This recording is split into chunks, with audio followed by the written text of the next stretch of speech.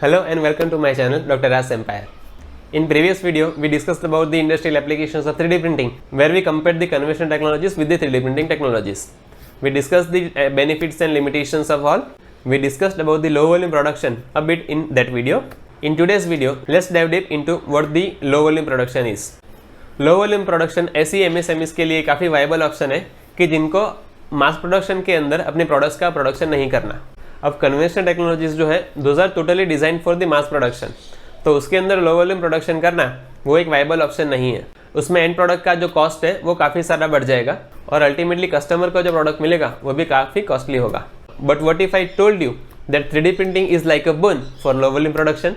3D printing से आप कोई प्रोडक्ट का एक पीस बनाओ या 10 पीस बनाओ या 100 बनाओ या 1000 बनाओ या 10,000 बनाओ, उसकी कॉस्टिंग के अंदर ज़्यादा कुछ फर्क नहीं पड़ेगा। You can check out this chart जिसमें कन्वेंशनल मैन्युफैक्चरिंग और एडिटिव मैन्युफैक्चरिंग का कंपैरिजन बताया है with respect to volume and cost of production per unit. कि कन्वेंशनल मैन्युफैक्चरिंग में अगर कम वॉल्यूम है तो आपका cost of production per piece जो है वो काफ़ी हाई जाएगा and after a certain volume it will get reduced. But if we are making with the help of additive manufacturing तो उसमें पहली प्रोडक्ट से ही cost of production per unit आता है।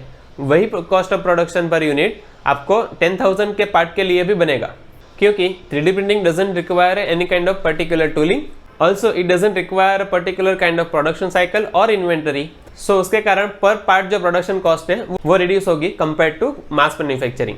हाँ, अगर आपका प्रोडक्शन एक पर्टिकुलर वॉल्यूम से ज़्यादा है तब आपको मास प्रोडक्शन फिजिबल रहेगा, तो वो एक ब्रेक इवन पॉइंट बोला जाता है कि जहाँ पर आपका कन्वेंशनल मैन्युफैक्चरिंग से प्रोडक्शन और एडिटिव मैन्युफैक्चरिंग से प्रोडक्शन वो नियरली सेम रहेगा। अगर आपका प्रोडक्शन उतने पीसेस से ज़्यादा है तो फिर आपको मास प्रोडक्शन के अंदर जाना चाहिए, अदरवाइज आपको एडिटिव मैन्युफैक्चरिंग ही फिजिबल रहेगा। इसको एक केस स्टडी से समझते हैं। इलोन मस्क की जो टेस्ला इलेक्ट्रिक कार बनाता है तो वो अपनी कार का लो वॉल्यूम प्रोडक्शन ही करते हैं, क्योंकि वो पर्टिकुलर बैचेस में कार बनाएंगे और वो बैचेस की अपनी अपनी कैरेक्टरिस्टिक रहेगी और वो कस्टमर को बहुत सारा कस्टमाइजेशन प्रोवाइड करते हैं। अब मास मैन्युफैक्चरिंग में कस्टमाइजेशन तो पॉसिबल है नहीं, इसके कारण वो लो वॉल्यूम प्रोडक्शन करते हैं। एप्पल ने भी अपना मैकबुक प्रोडक्ट लॉन्च किया तब उसने भी लो वॉल्यूम प्रोडक्शन ही करवाया था। एक बार प्रोडक्ट मार्केट फिट हो गया फिर उसका मास प्रोडक्शन चालू किया। स्मॉल स्केल मैन्युफैक्चरर्स के लिए तो 3D प्रिंटिंग से लो वॉल्यूम प्रोडक्शन करना ही बेटर रहेगा।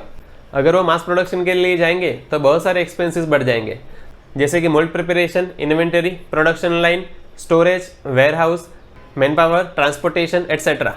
लेकिन अगर लो वॉल्यूम प्रोडक्शन के लिए जाते हैं तो फिर ये काफ़ी सारे एक्सपेंसेस कम हो जाएंगे और as per the requirement they can produce the products and put into the market.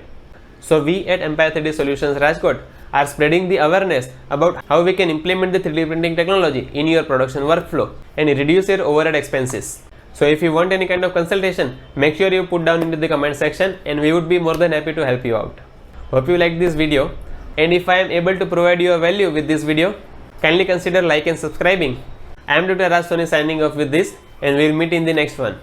Until then, keep learning, keep growing and happy 3D printing.